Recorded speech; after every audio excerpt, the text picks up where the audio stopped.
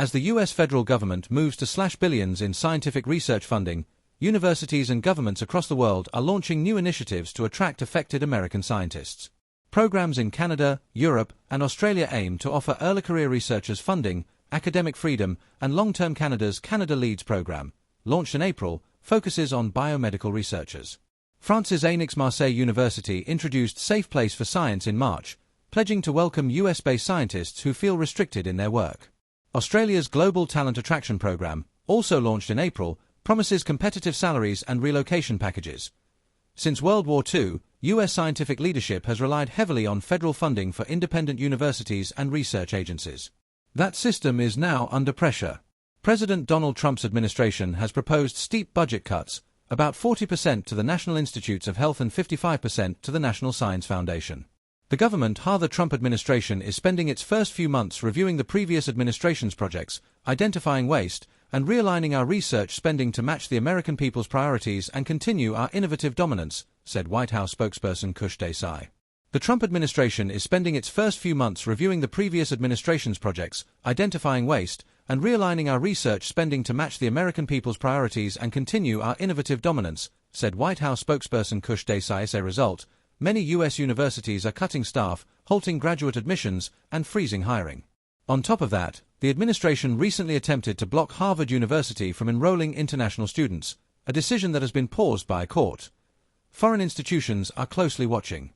There are threats to science south of the border, said Brad Wouters of University Health Network in Canada.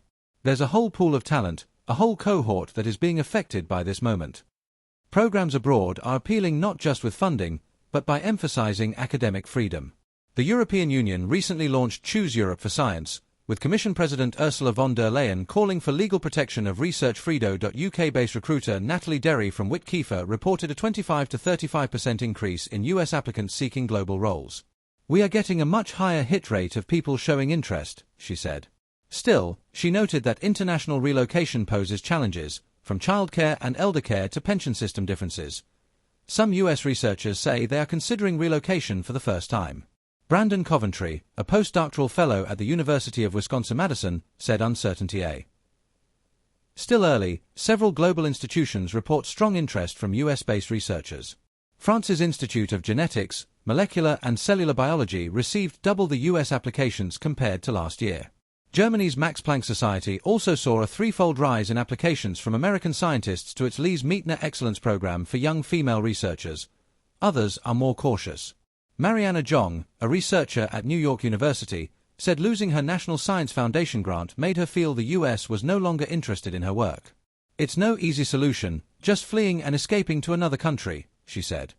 Scientific leaders abroad also expressed concern about the broader impact. "Science is a global endeavor," said Patrick Kramer of the Max Planck Society. "To help prevent the loss of talent to the global scientific community is one of the key aims of these programs," he added. Patrick Schultz of France's Institute of Genetics and Molecular and Cellular Biology echoed this concern. "The US was always an example in both science and education," he said. "So the cuts and policies were very Friday."